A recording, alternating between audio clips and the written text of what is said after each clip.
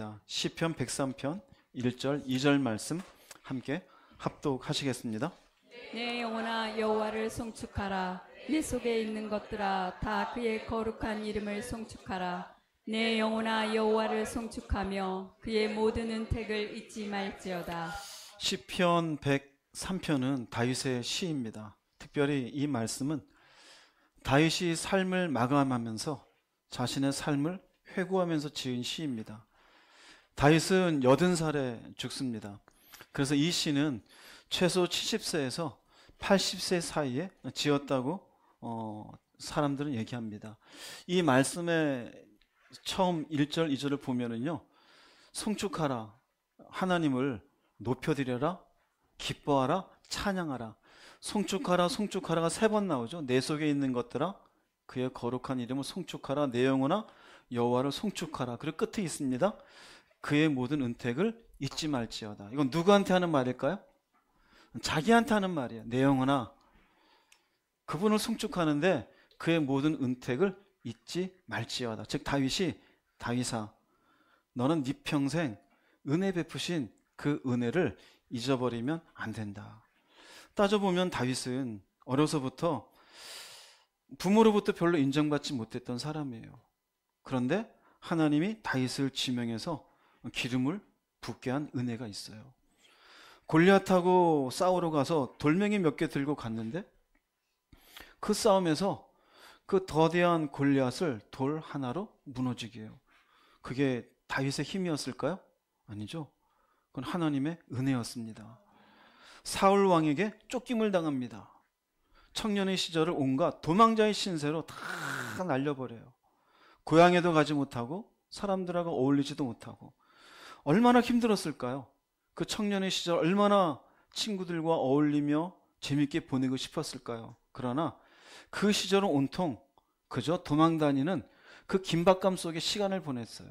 그 시간을 어떻게 보냈을까요? 하나님의 은혜로 보냈어요. 그가 나중에 왕이 되어집니다. 중간에 그가 실수해서 우리의 아내 밧세바를 취합니다.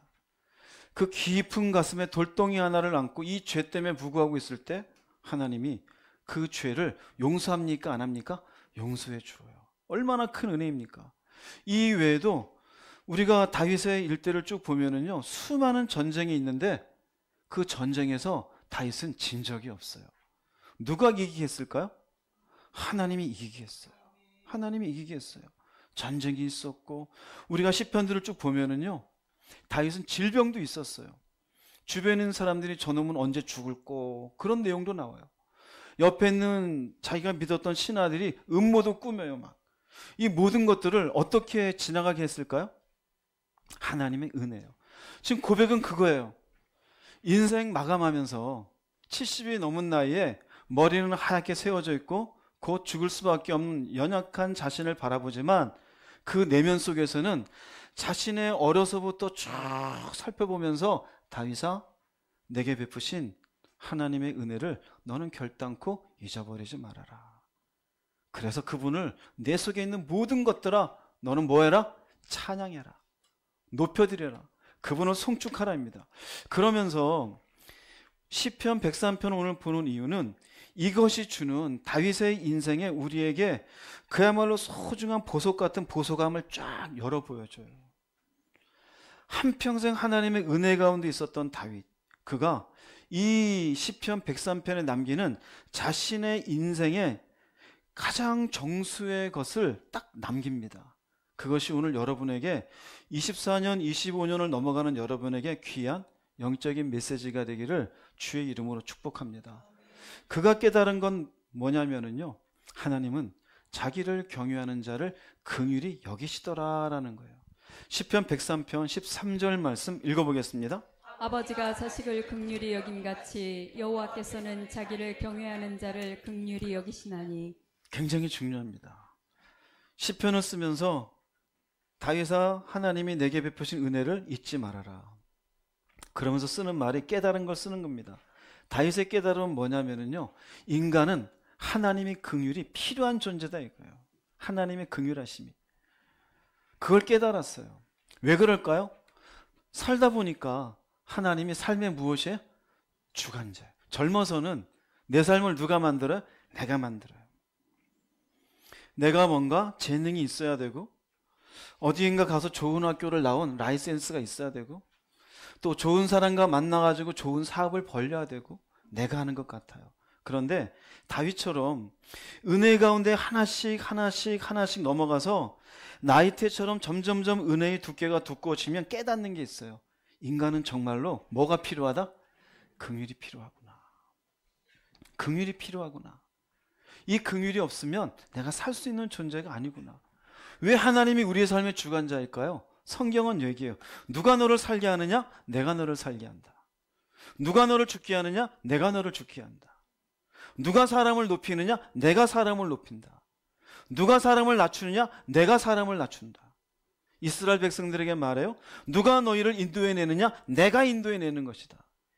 너희 백성을 누가 보호하느냐? 내가 보호하는 것이다. 신앙이요, 연결어 간다 그러잖아요. 익어가면 익어갈수록 깨닫는 것은 하나님의 섭리 가운데 결단코 벗어날 수 없는 존재가 인간이에요. 그 인간에게 필요한 것이 무엇이다? 하나님의 긍휼하심, 불쌍히 여기는 거예요. 그래, 내 보호가 필요하지. 내 인도가 필요하지.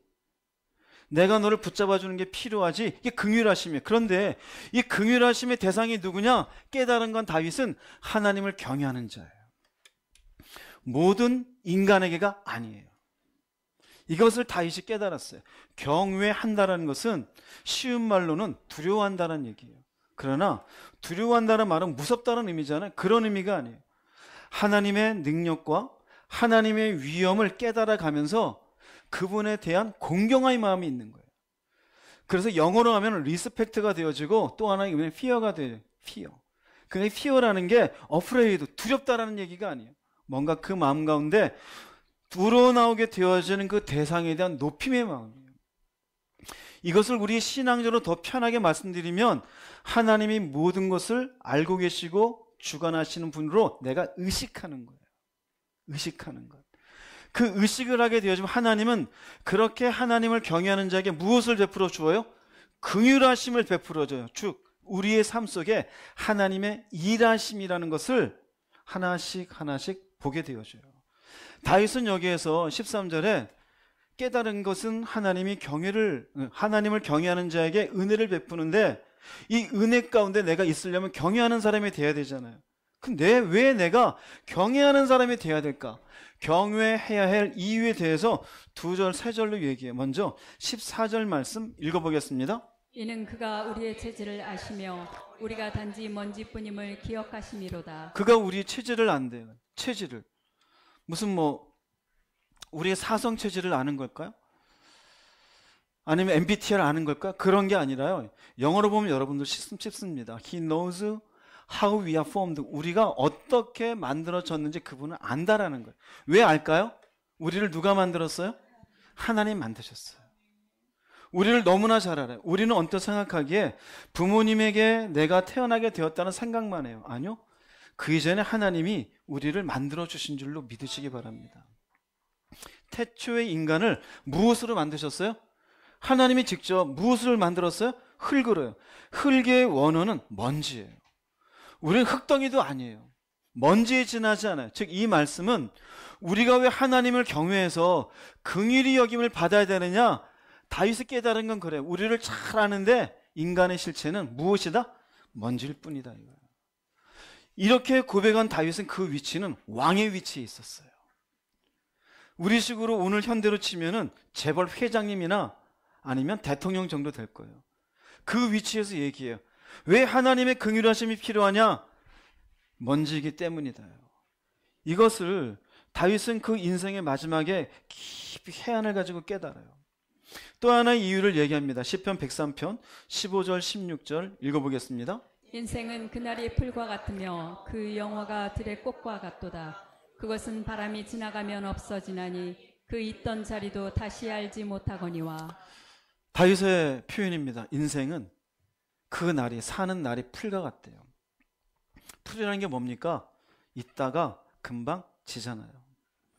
영화라는 것은 들의 꽃과 같대요. 우리 인생에 한참 꽃 피웠을 때 우리 60대 70대 되신 여성분들은 언제가 꽃과 같았을까요? 20대이겠죠? 20, 30대. 들의 꽃과 같지 않습니까? 50 넘으면 다 평준화가 되잖아요. 60 넘으면 이제 평준화 얘기할 것도 없죠. 그죠? 예전에 제가 어디 갔는데 80 넘으신 분들이 야, 너는 어디 가서 이쁘게 했냐. 제가 봐서는 뭐 대답할 게 없는데 인생은 그래요. 풀과 같아요. 아무리 대단한 부자가 되었고 대단한 권력가가 되어도 들의 꽃과 같아요. 근데 그 다음 이렇게 얘기합니다. 그것은 이 영화라는 것 꽃과 같은 이것은 바람이 지나가면 없어지나니 이건 그 지방에 있어야 아는 얘기예요. 어떤 얘기냐면요. 사막에 조금 비가 오고 건기가 지나고 나서 비가 오면 금방 꽃이 펴요. 근데 사막지대에 뜨거운 바람이 한번 휙 불면 여기에 금방 뜨거운 바람을 인해서 풀이 어떻게 될까요? 금방 어제까지 이렇게 올라와 있던 게 한순간에 져버려요. 한순간에 말라버려요. 그걸 표현하는 거예요. 바람이 지나가면 없어지나니 그 있던 자리도 다시 알지 못하거니와. 이게 인생이라는 거예요. 이게 인생이라는 거예요. 조금 전에 제가 무한공항 얘기를 했는데요. 그분들은 25년을 맞이하지 못할 거란 생각을 했을까요? 몇 시간 전만 해도 가족들과 함께 즐거운 여행을 다녀오면서 이런저런 선물도 사고 우리가 25년 뒤에는 어떻게 살자라고 막 꿈과 같은 얘기도 했을 것이에요. 그런데 바람이 지나가면 꽃이 사라지듯이 그 인생 사라지잖아요. 우리는 안 그럴 것 같아요? 사라져요. 그래서 이 말씀의 의미는요, 인생은 있는 듯해요. 지나고 나면 흔적이 있어요, 없어요? 없어요. 없어요. 무덤을 해놔요. 처음에 몇 년은 무덤을 돌보겠죠. 그 자손이 한 20년 지나면 어떻게 할 것 같아요? 귀찮아요. 이거 어떻게 할까? 내 자식은 안 그러겠지? 안 그래요. 안 그래요. 요새는 또 봉군을 하지 않고 화장을 해가지고 또 납골을 하잖아요. 그것도 여러분 찾아갈 것 같아요? 그럼 여러분 뭐가 남을 것 같아요? 인생은 남는 게 없어요. 다윗이 이걸 얘기했어요. 그런데 생각해봐요. 우리같이 평범한 사람들, 없는 사람들 같으면 뭐 까짓것 남는 게 뭐 있어? 할 수 있어요. 그런데 다윗은 어느 위치에 있었다고요? 왕의 위치예요. 왕도 몇 년을 했어요, 지금? 30년을 넘게 하고 있어요. 현대식으로 하면 장기 독재를 하고 있어요. 어떻게 생각하면 자신은 남는 것 같잖아요. 그런데 알고 있습니다. 하나님 안에서. 인생은 있는 듯 하나 결국 지나고 나면 아무 흔적도 없는 존재이다. 왜 이렇게 썼을까요? 결국 인간은 하나님의 무엇이 필요한 존재이다? 긍휼하심이 필요한 존재다 이거예요. 별것 없다 이거예요. 똑똑한 척 해봐야. 대단한 대학을 나왔고 대단한 능력이 있어 봐야 결국 그 인생은 풀과 같고 그 인생의 영광은 풀의 꽃과 같은데 지나고 나면 흔적도 없는데 뭘 그렇게 대단하게 살려고 하느냐? 인간들아, 모든 인간은 사실은 하나님의 긍휼하심이 필요하다. 그런데 다윗이 보기에 긍휼하심은 아무한테 베푸는 것이 아니라 누구한테 베푼다고요? 하나님을 경외하는 자에게 베푼다 이거예요. 경외하는 자에게. 여러분은 하나님을 경외하는 사람입니까? 할렐루야? 진짜 그러세요? 다윗이 친절하게 16절이잖아요. 누가 하나님을 경외하는 사람인지를 써줘요. 입으로 나는 하나님을 경외합니다. 두려워합니다. 그분의 존재를 인정합니다. 그것이 하나님을 경외하는 것이 아니라는 것을 딱 보여줘요. 누가 경외하는 사람인가? 시편 103편 17, 18절 읽어보겠습니다. 여호와의 인자하심은 자기를 경외하는 자에게 영원부터 영원까지 이르며 그의 의는 자손의 자손에게 이르리니 곧 그의 언약을 지키고 그의 법도를 기억하여 행하는 자에게로다. 여호와의 인자하심은 긍휼하심이에요. 자기를 경외하는 자에게 베풀어. 이거 똑같은 말씀이죠. 그런데 뭡니까? 곧. 경외하는 자가 뭐냐면요. 곧 그의 언약을 지키고 그의 법도를 기억하여 행하는 자예요. 입으로 나는 하나님을 경외한다가 아니에요. 제사 드리는 걸 열심히 드리는 걸 경외하다가 아니에요. 다윗이 쓰는 것은요. 곧 하나님의 긍휼을 받을 수 있는 하나님을 경외하는 사람은 그의 언약을 지키고 그의 법도를 기억하여 행하는 자에게로다. 즉 경외하는 사람은 말씀을 지키며 삶으로 뭐하는 사람이요? 살아가는 사람이에요. 이런 사람에게 하나님이 무엇을 베풀어 주셔요? 긍휼을 베풀어 주셔요. 네가 내가 준 언약의 말씀 가운데 살아가고 있느냐? 그래, 내가 너를 보호해 줄게. 인도해 줄게. 내가 너의 필요한 것들을 공급해 줄게. 때로는 피할 길을 내어주시고 때로는 막아도 주시고 생각지도 않은 사람을 만나게도 해주시고 망했다 싶어서 하나님 알아서 하세요 그런데 망하지 않고 또 다른 것들을 할 수 있도록 만들어 주시고 하나님 어떻게 나한테 이런 은혜를 베풀어 주셔요? 그럼 하나님 하시는 말씀은 네가 나를 경외하고 있으니까. 다윗이 일평생 핵심으로 꼽은 건 경외예요. 우리 신앙생활에 성경에 나와 있는 몇 가지 중요한 단어를 치라면 그 첫 번째는 경외예요. 경외하지 아니하면 결단코 올바른 신앙인이라고 얘기할 수가 없어요. 하나님을 두려워하지 않는 사람이 하나님의 말씀을 붙잡고 살아가는 건 불가능에 가까워요. 우리가 신앙인 가운데 왜 경외가 어렵냐면 안 보이잖아요. 어떻게 안 보이는 그분을 경외하며 살 수 있겠어요? 하나씩 하나씩 그분을 경험해 가면서 마침내 그분이 존재하시며 그분이 어떤 분인지를 깨달아갈 때 마침내 예, 당신을 경외하며 살아가겠습니다라고 되어져요. 여러분이 이렇게 될 수 있기를 바랍니다. 그런데 애당초 이스라엘 백성이 광야에 나왔을 때, 애굽을 나오고 광야에 나왔을 때 하나님이 이스라엘 백성들에게 주셨던 말씀이 이 말씀이에요. 신명기 10장 12절 13절 말씀 읽어보겠습니다. 이스라엘아, 내 하나님 여호와께서 내게 요구하시는 것이 무엇이냐? 곧 내 하나님 여호와를 경외하여 그의 모든 도를 행하고 그를 사랑하며 마음을 다하고 뜻을 다하여 내 하나님 여호와를 섬기고 내가 오늘 내 행복을 위하여 내게 명하는 여호와의 명령과 규례를 지킬 것이 아니냐. 보면은 네 하나님 여호와를 경외하여 그 모든 도를 행하고 뜻을 다하여 하나님 섬기라. 이거는 이제 다윗의 고백과 같죠. 그럼 이렇게 되는 게 뭐라고 표현하냐면요, 네 행복을 위해서예요. 네 행복을 위해서. 즉 인간은 하나님의 긍휼하심을 받아야 행복한 인생으로 엮여진다는 거예요. 내가 애쓰고 수고하는 것도 있겠지요. 그러나 그 열매를 맺게 하시는 분은 하나님이십니다. 그러므로 하나님을 경외하는 마음으로 이렇게 사는 것이, 이렇게 하나님의 명령과 규례를 지키면 결국 누가 행복을 누려요? 내가 행복을 누리는 거예요. 25년도에 이렇게 살 수 있기를 바랍니다. 이게 우리에게 주시는 하나님이 주시는 메시지예요. 내가 너희들 눈엔 보이지 않지만 나를 있는 것 같이 네가 경외하는 자로 내 말씀 가운데 살아라입니다. 다윗이 하나님을 경외하는 자가 되어져 그분을 온전히 섬겼을 때 하나님이 긍휼히 여겨 주신 것을 알았어요. 나중에 솔로몬이 어떻게 보면은 하나님 앞에 큰 범죄를 저질렀다가 돌아오게 되거든요.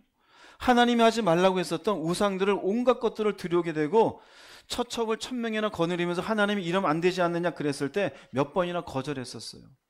그가 나중에 잠언서와 전도서를 쓴 것을 두고 신학자들은 나중에 회심해서 돌아왔다 그래요. 물론 열왕기상하나 사무엘상하 보면 그가 회심했다는 얘기는 없지만 그가 고백한 내용으로 그는 회심해서 돌아왔을 것이다 그래요. 다윗은 그나마 조그만 잘못으로 인해서 하나님 앞에 있었지만 솔로몬은 깊이 밑바닥에 떨어졌다 올라온 사람이에요. 얼마나 지혜가 많습니까? 근데 그 사람도 나중에 인생 다 마감하면서 전도서를 쓰거든요. 전도서 끝에 이렇게 남깁니다. 전도서 12장 13, 14절 읽어보겠습니다. 이래 결국을 다 들었으니 하나님을 경외하고 그의 명령들을 지킬지어다. 이것이 모든 사람의 본분이니라. 하나님은 모든 행위와 모든 은밀한 일을 선악간에 심판하시리라. 네, 인생의 모든 밑바닥, 그 지혜의 왕이 모든 것들을 경험하고 이전에도 없고 이후에도 없는 수많은 부귀영화 누린 사람이 결국 하는 말은 딱 하나님을 경외하라요. 그 경외하는 거의 증거는 뭡니까? 명령들을 지키는 거예요. 말씀 가운데 사는 거예요. 오늘날 많은 기독교인들이 형식만 가져요. 입으로는 경외한대요. 말씀으로 지키는 건 노 그래요. 그렇게 못하겠대요. 그 사람은 하나님을 경외하는 걸까요? 안 하는 걸까요? 안 하는 거예요. 명확합니다. 다윗이 하는 이야기, 하나님이 신명기서에서 이스라엘 백성들에게 주었던 말씀, 솔로몬이 깨달았던 것, 그 외에도 성경에는 결국 하나님을 경외하는 자에게 하나님이 긍휼을 베풀어 주심의 은혜가 어떻게 우리에게 전해지는지 수도 없이 많아요. 오늘은 그걸 다 일일이 할 수 없잖아요. 결국 우리도 25년도에는 하나님을 경외하는 자로서 주님을 섬길 수 있는 여러분 되었으면 좋겠습니다. 그렇게 되어질 때 하나님은 여러분의 가정에, 여러분의 사업에, 여러분의 자녀들에게 내가 걷는 걸음 속에 하나님께서 당신의 긍휼을 허락해 주실 줄로 믿습니다. 결론을 내리겠습니다. 다시 한번 시편 103편의 1절 2절 말씀 읽어보겠습니다.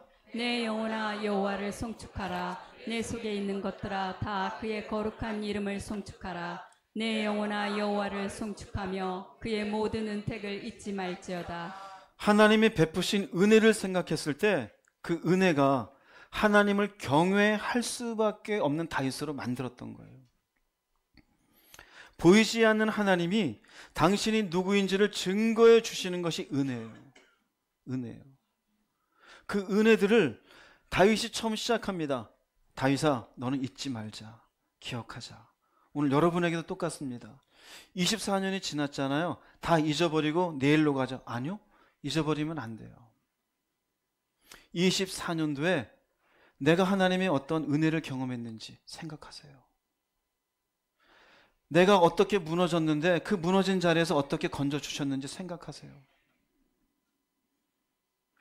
내가 절망하고 있을 때 그 절망에서 어떻게 하나님이 힘을 주셨는지 생각하세요. 은혜예요. 24년도만 생각하지 마시고 일평생을 또 한번 생각해 보세요. 다윗처럼. 하나님의 은혜 없이 오늘 이 자리에 여러분이 앉아 있을 수 있을까요? 없어요. 없어요. 그럼 그 모든 은혜가 주는 건 하나님이 계시다는 증거가 됩니까? 안 됩니까? 돼요. 그러면 그분을 경외해야 될까요? 안 해야 될까요? 하세요. 그럼 경외한다라면은 여러분들은 어떤 사람이 돼야 될까요? 하나님의 말씀을 지키며 그 가운데 살아가는 사람이 돼야 되죠. 그럼 또 벌써 싫어지죠? 이게 죄성이에요. 그거 이겨내야 돼요. 다윗은 이렇게 끝까지 하나님의 은총 가운데 하나님이 어떻게 내게 은혜를 베풀었는지 깨달아가며 스스로를 다짐하고 다짐해요. 이렇게 살았던 다윗이기 때문에 성경이 다윗에 대해서 이렇게 평가를 내립니다. 사도행전 13장 22절 읽어보겠습니다. 다윗을 왕으로 세우시고 증언하여 이르시되 내가 이새의 아들 다윗을 만나니 내 마음에 맞는 사람이라. 내 뜻을 다 이루리라. 내 마음에 맞는 사람이라. 왜 마음에 맞을까요? 간단하죠? 네가 나를 경외하여 내가 준 말씀 속에 네가 살았으니까. 너는 나한테 맞는 사람이다. 어려워요? 쉬워요? 쉽죠. 여러분 25년 쉽게 삽시다. 할렐루야. 어렵지 않아요. 많은 사람들이 신앙생활을 힘들어해요. 근데 어렵지 않아요. 쉬워요. 하나님 살아계셔요. 할렐루야. 다 보고 계셔요.